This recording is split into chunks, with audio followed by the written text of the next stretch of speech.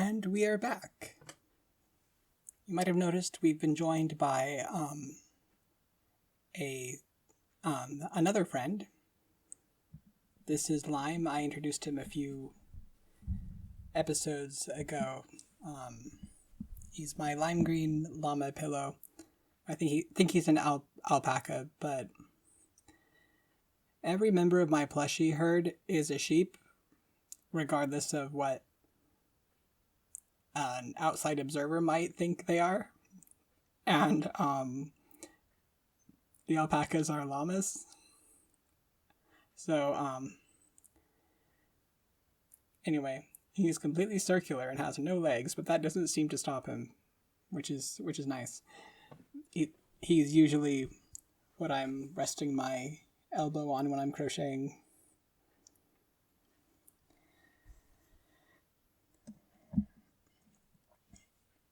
Which was a job that he that volunteered for. So I wanted to make sure that I included him in this episode because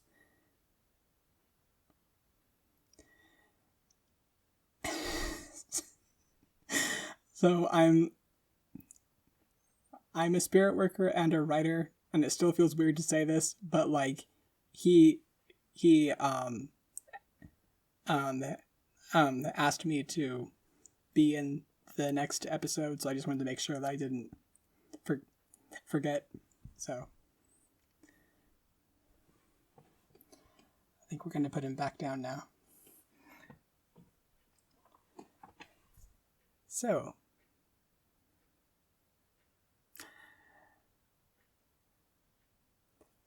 speaking of crochet, I can go ahead and show the pineapple skirt. It's made of blue pineapple lace. Or I actually haven't done much on it yet, since last time I showed it, so I'm gonna wait on that actually. But I have done some work on the skull shawl for a friend for Hades. I have to reach down into the underworld to get it, because, you know, Hades. I thought it was down below my desk, but it's actually not. So I don't have to reach down into the underworld. That's where my Snek is, which makes sense, because serpents, you know. Kind of based on a serpent mother goddess I know, so she would be down in the underworld, in Anun somewhere. But first, this is my skull shawl. It's coming along.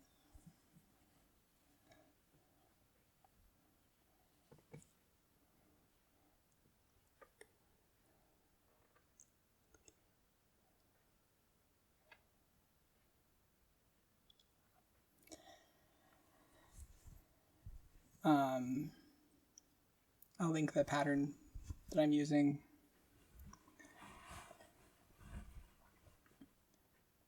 And of course I'm using my beautiful hook from PJB Boutique. It's a blue metal hook with an ergonomic handle that looks like a blue, purple, and black midnight sky.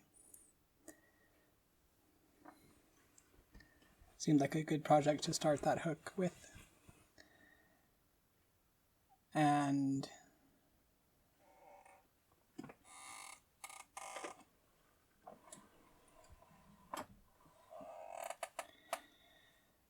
skein of yarn fell out.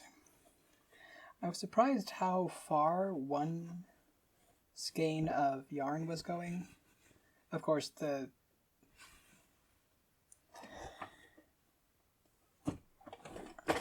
yarn, the shawl was really, it starts really small and it grows, but I'm using Lion Brand Basic Stitch anti-pilling, and I bought 3 skeins of black and 3 skeins of like teal, It's some kind of green color.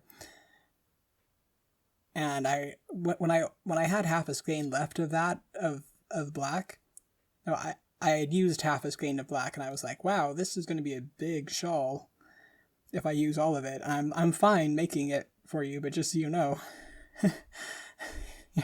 huge skull shawl for Hades. Which is fine. Speaking of Hades, I did my taxes. Some friends and I have shared notice that he's very into taxes and kind of takes care of that. So I'm glad that I at least did the federal ones. Haven't done the state ones yet, but I'm so proud of myself for figuring out how to do it, especially since I have a couple of things that could be called a small business type thing. So just to be safe, I filed 2 Schedule Cs, and it wasn't actually that bad. Like, there's a lot of stuff that I don't have to do because I had barely any income, and I figure, well, if I did make a mistake, I'm clearly trying, so I don't think they're gonna come after me. But and like I'm such a small fish at this point, but I'm glad that I've learned some of those skills for when I do become more successful as a small business owner. I'm just gonna say it. It is going to happen. So,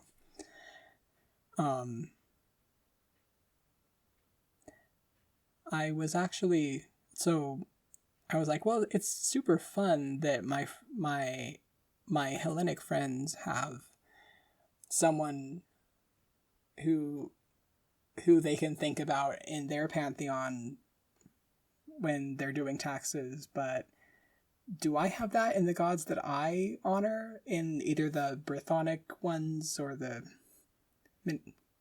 Minoan ones? Because I get the vibe from Gwyn, just personally, that he's like very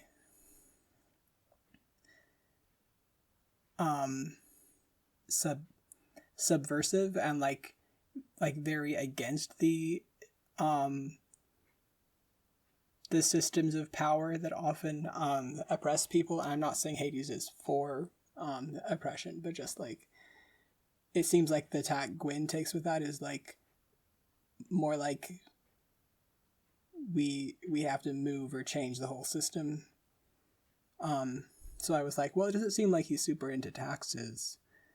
So, you know, this wild god from Fairy and Anun poetry and madness. I mean, I do go to him for every aspect of my life because I'm devoted to him, and also his god spouse in a sacred marriage type thing. Kind of like a nun or a monk, but not exactly. So,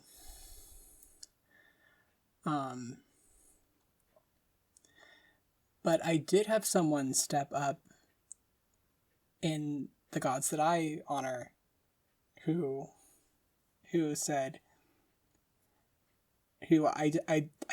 identified themselves as the one who like presided over taxes. And I'm not surprised, but also it's kind of funny because this is one of the gods who Gwyn has told me is kind of or can be a face of his over in the Minoan side of things. And if you're one of my Minoan friends, you probably know who it's going to be. I'll give you a hint.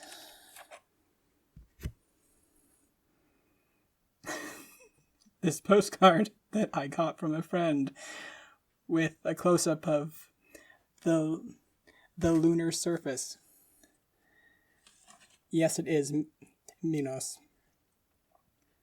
I'm going to have to talk to my more experienced Minoan friends and ask, like, so is this a known thing in our pantheon? And because it would be cool if I was told this independently and then found out, oh yeah, that's a thing that other people have been told too, or it's an established thing. It would also be cool if I received new gnosis, which has happened sometimes, that the group has then taken on. It happened once completely without me realizing it was happening.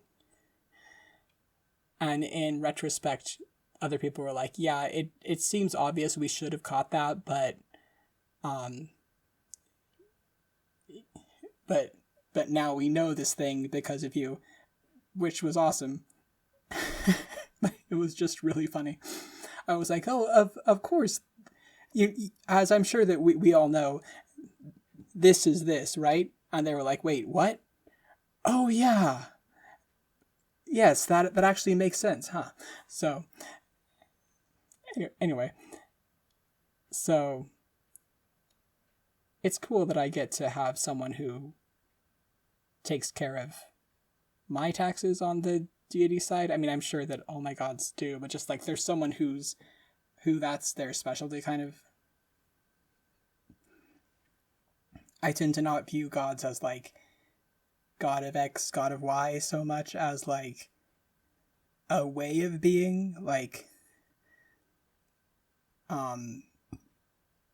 this god is the ocean in this way, but other gods could be the ocean in a different way, like a sort of like there's something that's unique to each person. I think that goes for gods too. So but that being said, they do seem to have specialties a lot. So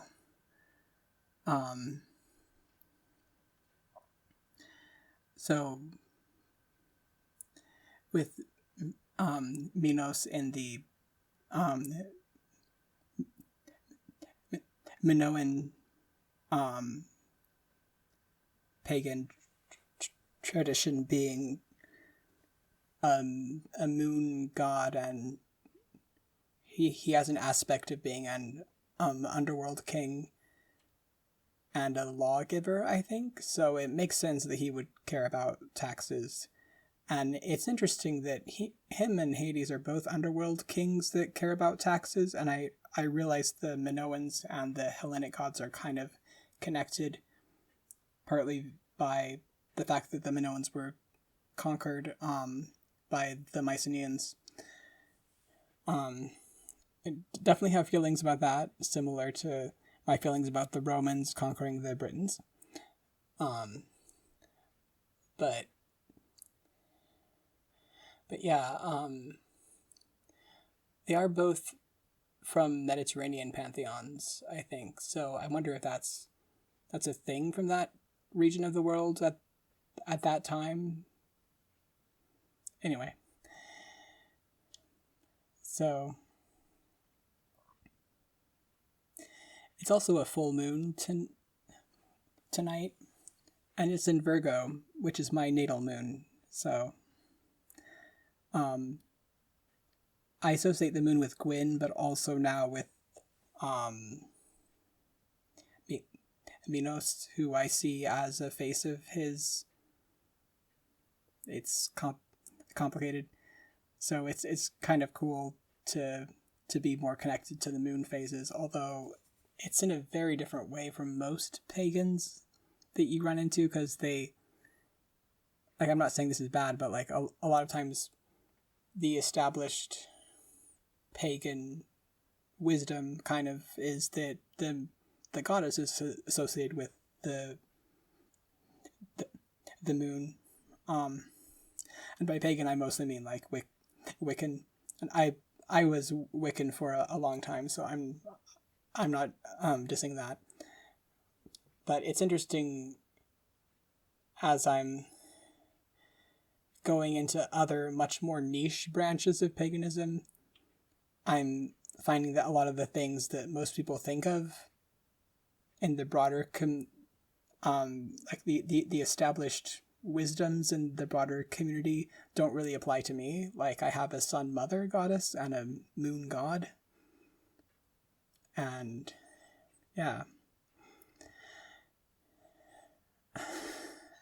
And the fear mongering about fairies drives me nuts. I mean, I'm devoted to a god who's also the fairy king in Wales, but also, like, I feel like it looks a lot like what the early or even later church may have wanted people to think about the otherworld beings and gods, to like plant seeds of mistrust and fear between them. That's just my perspective and feeling. Obviously, I didn't grow up in like Ireland or Wales, so I can't speak from that perspective, but just in the general pagan community, when I guess there are a lot of things that especially young witches and pagans are like, oh no, you have to watch out about this. And I'm like, I appreciate that y'all are being careful, but calm down. There are other things you should care about, but some of the things you're worried about aren't.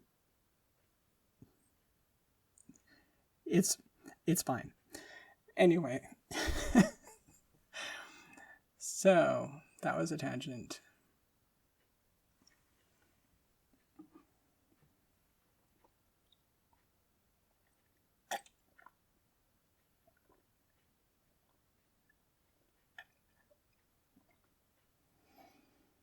I don't usually get through my entire first mug, much less my second one, but I'm almost done with that one, so I will get to drink my auxiliary unicorn Death Wish coffee. Yep. Right, time for Snek.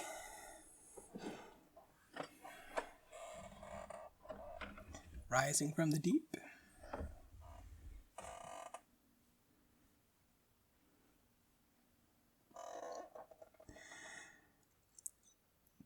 That has a perfectly safe for work interpretation. I will have you know.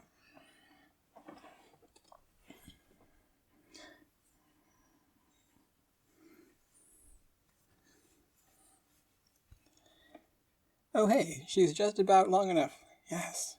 So this is my amigurumi Snek scarf for a serpent mother goddess.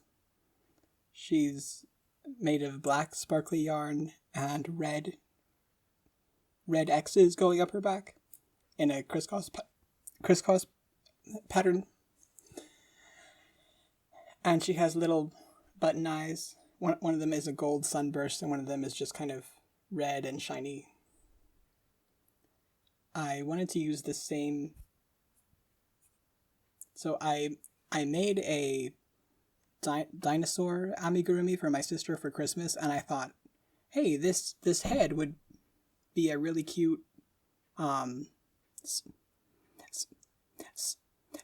also when I was just doing the head and neck. So I also cast on. It's not knitting, but I watch a lot of knitting podcasts. I also started this one right after that, and it's taking a while. I didn't, like, given how fast I made the dino, I'm surprised that, because like you can see she's not that big around, just maybe an inch across at most. But I guess she is really long, and color work takes a while, but I'm just like, why is this neck taking so long? Have I entered a otherworldly time dilation portal? I mean, this is a ancient mother serpent in amigurumi form, so you never know. But still,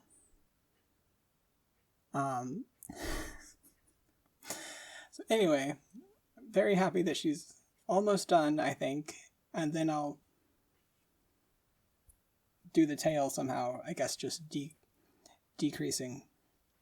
I'll be happy when I can get I can return the bag of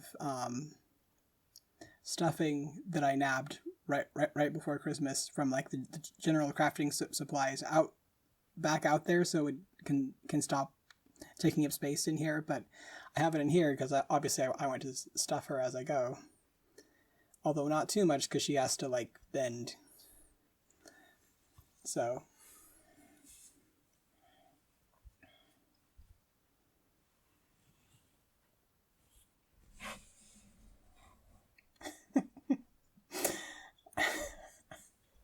I really liked having Banrosa and the serpent look at each other last time. Like deep Snek thoughts and tiny goat thoughts.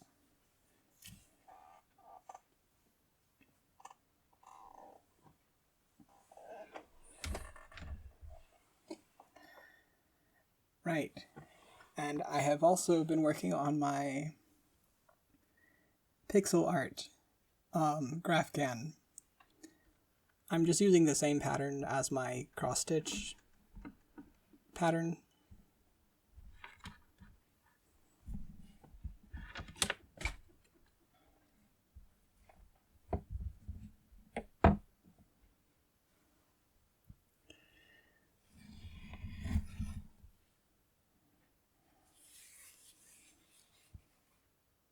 Wait. Okay, this is the top. You can start to see her, like the shading on her nose, and she has some freckles. This is my character Tarlin, based on the pixel art pattern Daughter of Butterflies, which is my bi pride one because she is bi, but it could be done in any flag. Really, it's not too hard to change the colors, both in my digital file and just if the individual cross stitcher or crocheter wants to change it, that's fine too. So I'm just really having fun with that, and I do hope to get some crochet patterns into my shop, but I'm not sure how quickly I could do that because I'd like to have an example picture of the GraphCan worked up, but I can only crochet so fast, and I'm not sure if I want to have people I'm not sure if I'm up to like interacting with testers that I don't know well. If you want to test a pattern for me, like from my Etsy shop, go ahead and let me know either in the comments or if you're one of my friends on Discord, because I realize most of my viewers at this point are y'all. So feel free to let me know.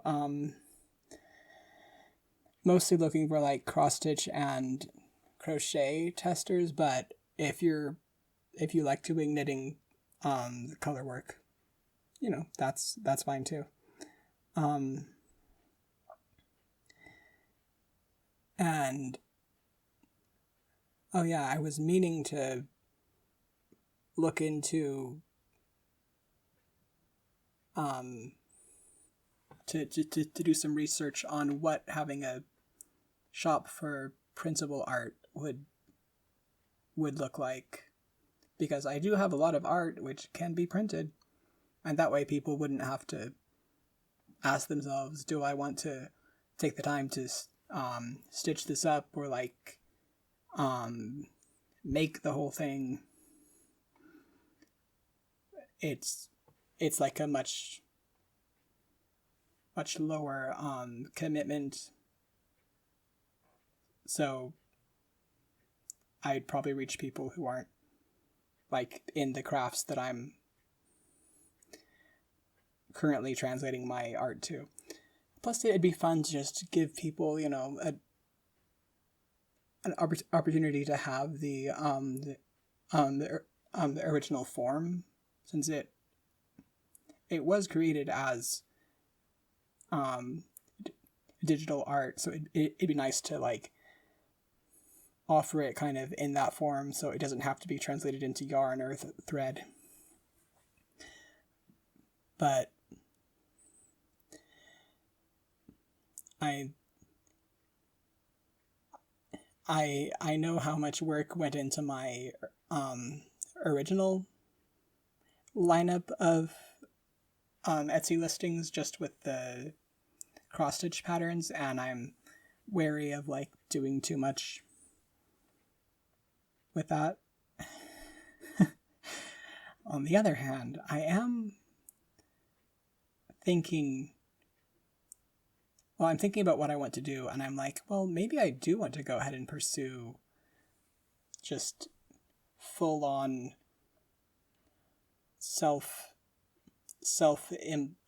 employment type of thing. I realize it takes a while to get places, and it takes a lot of work, but you know, I'm doing a lot of work now. So I was talking to my friend who's also self-employed, and we thought of a few places I could go to just talk to people who are in the same kind of boat, especially fellow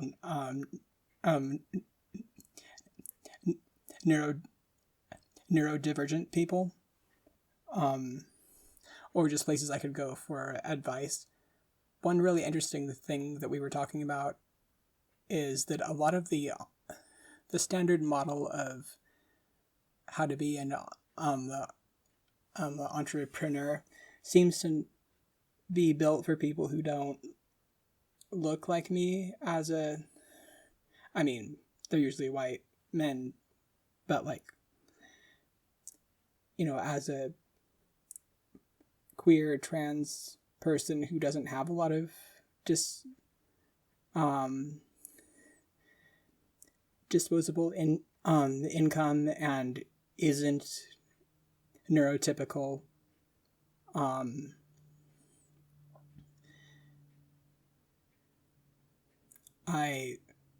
I have to split my time between this and other things in my life, like doing the dishes and just kind of emotionally dealing with the situation I'm in, which, as I always say, I don't want to get into it too much, but it's a lot. So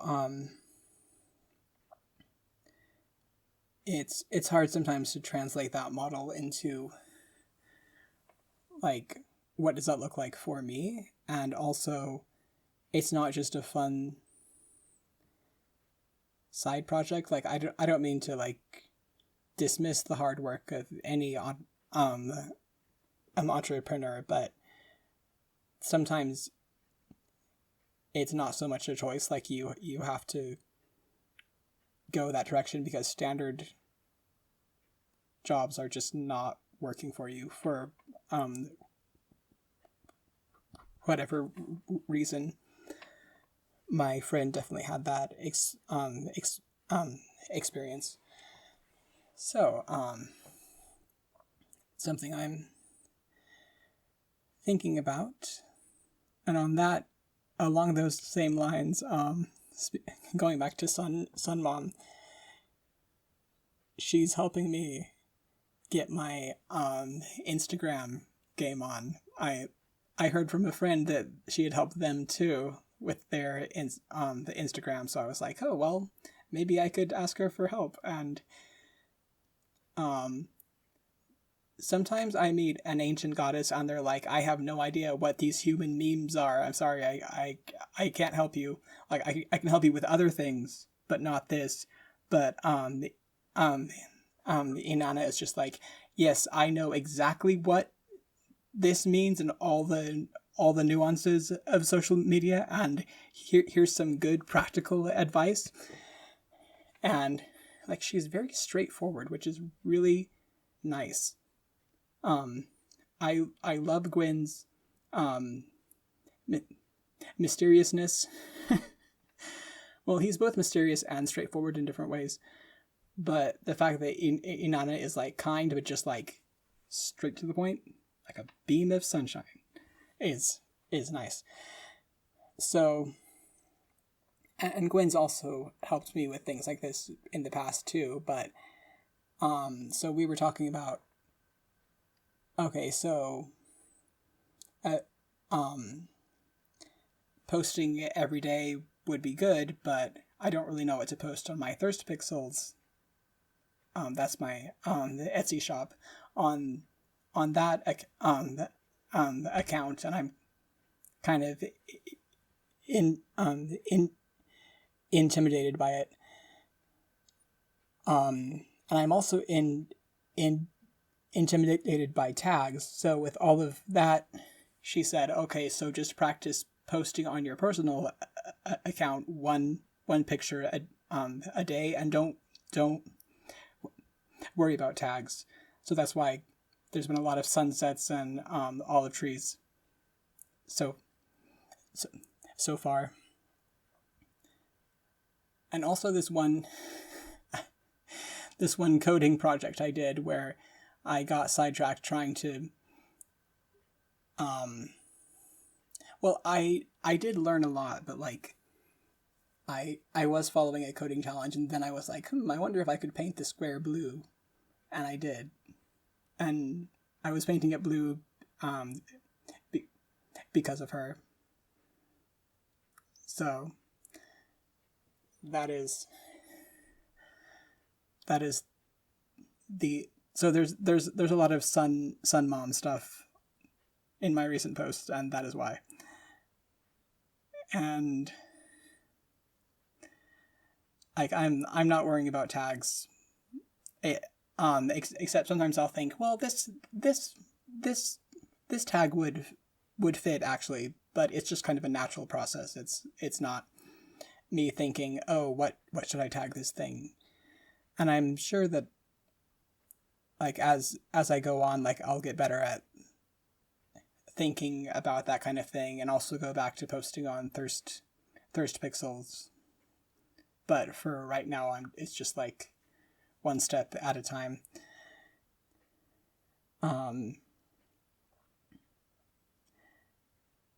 And I guess besides the businessy type stuff, I call it Snek business, because one of my nicknames is Snek. I wonder why. It started a long time before I had any of this serpent stuff going on, at least that I knew of. So the artistic and kind of like content creation platforms that I'm on, that's my Snek business side. Oh right, one more thing. So I will be updating how I do my Patreon at the end of April. I do have one, but it's been focused more on my blog, my WordPress. But I think I'm changing the perk where I take pictures and caption them, because that feels like a lot of work to just I'll be uploading these episodes a day early for patrons on, I think, the $2 tier, and I currently only have one patron, so like I'm not expecting to have like tons. But if you want to throw dollars at me, please, I'm always happy. My link tree is down in the description box. And I may be, oh yeah, the other main change I was making was I'm adding a Bandcamp discount along with the Etsy discount, at least if I can figure out how to do that, just for my um paid patrons at various tiers.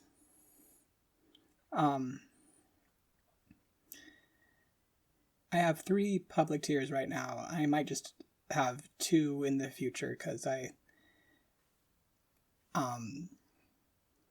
it's hard to figure out what, like, am I doing am I doing am I giving enough perks for the various tiers? And I want to make sure you're getting your money's worth. So all of my tier names are deer puns right now. They're like dear friends, a few bucks, like buck and doe, and you are heard. I think I can't remember. There are 2 that I haven't ever had public, but I just wanted to have the names ready. One of the highest tier, which I've never had public yet, is called Fancy Antlers, which one of my friends loved and was like, I would pay just to have that, just to be in that tier list. And I'm like, well, I appreciate that, but I'd want to give something really good for that big of a monthly pledge. It's like $15 or something. So anyway, that's more down the line. I can think about that, but I wanted to update people. And I am proud of myself for knowing, for being able to look at, okay, where am I burning out? What can I do to change it? Because even though the whole situation is kind of burning me out, I can still take steps to manage my the energy and time, which is definitely a good thing to have as a employed person. I was going to talk more about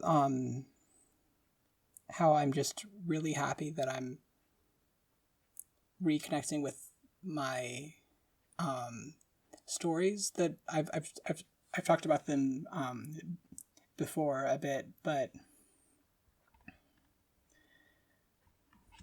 this thing that I'm working on, I mentioned my main character Tarlin, the pixel art Grafgan, and she's from those stories, so I've been spending a lot of time with her in a spirit work and also a writer capacity, and going back to some of my old songs that are set in that world. And I realized, yeah, that just makes me really happy. I'm not sure where it's going, like in a practical sense, but sometimes when you get advice from old gods, you don't always know where it leads, or you can't see how it leads there, at least not right away. So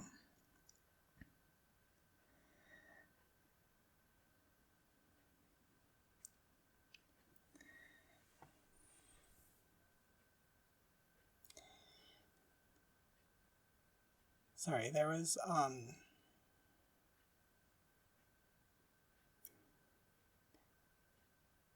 right. I would like to make a playlist for the versions of 2 of my instrumental albums that I currently have on Bandcamp. There's one that's songs. Well, it's by me, but it's by my character Tarlin. And then there's a different album that's songs either by or about my character Lorcan. So various other characters have written to him. They kind of have this conversation, argument going back and forth. Sometimes they have very strong feelings. Everyone in that group of characters. So, and I love the name of that album. Well, both of them, but like the one from Lorcan's point of view is Tome of Lore, Lor, because Lorcan, like Lore is his nickname. And Tarlin's album is Tarabook, because it seems like something cute that she would say. So,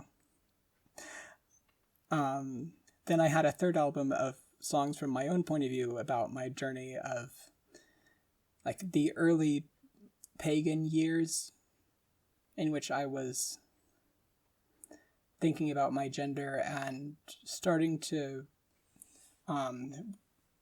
heal from trauma of growing up in the church that I did. And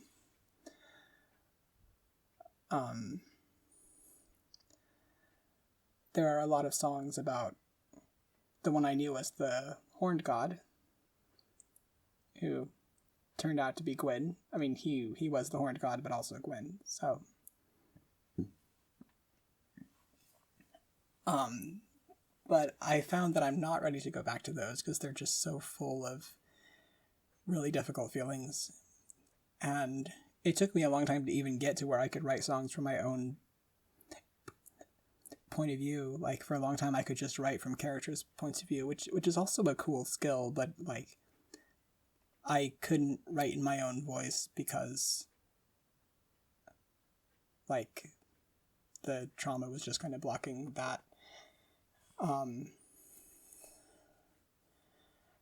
But anyway,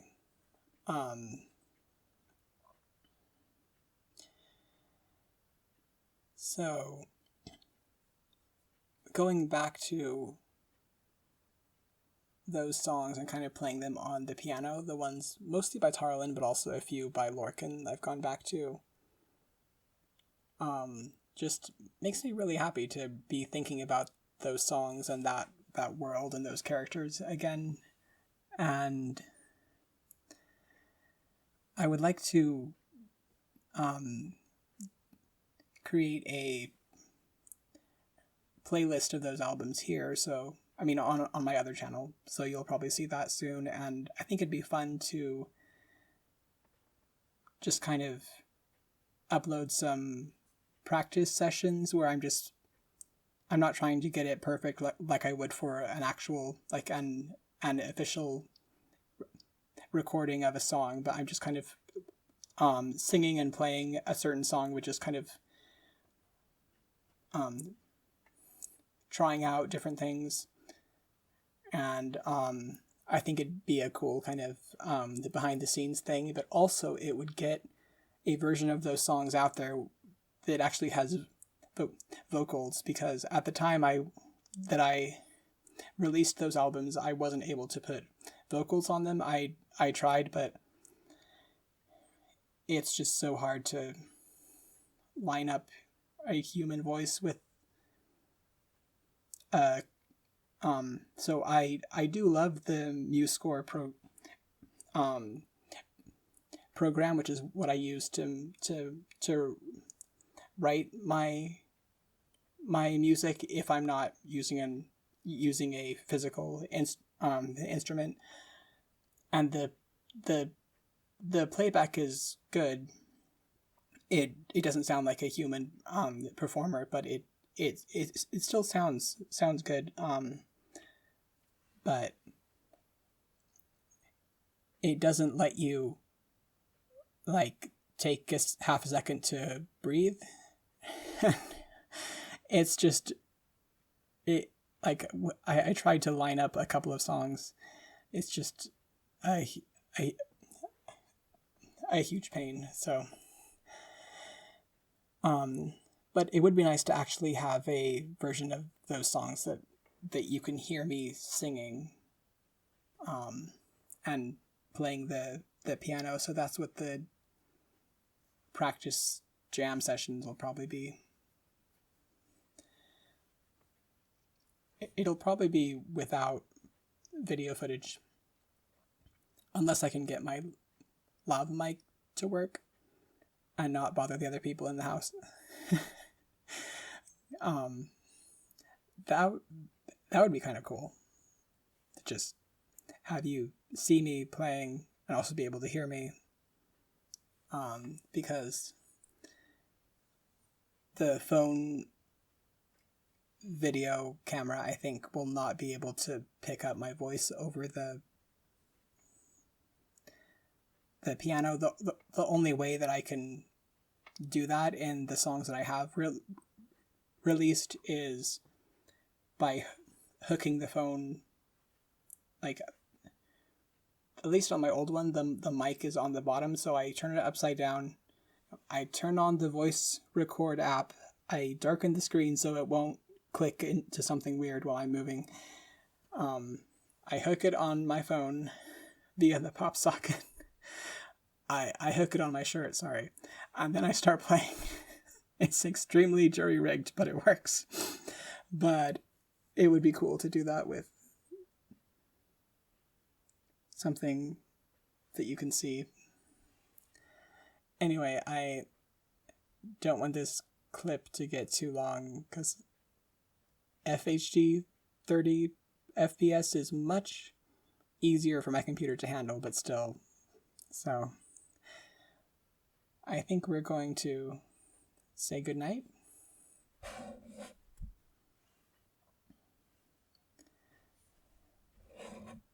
Me and my co-goat wish you a lovely night. Thanks for hanging out with us. And let's dance again at the next midnight.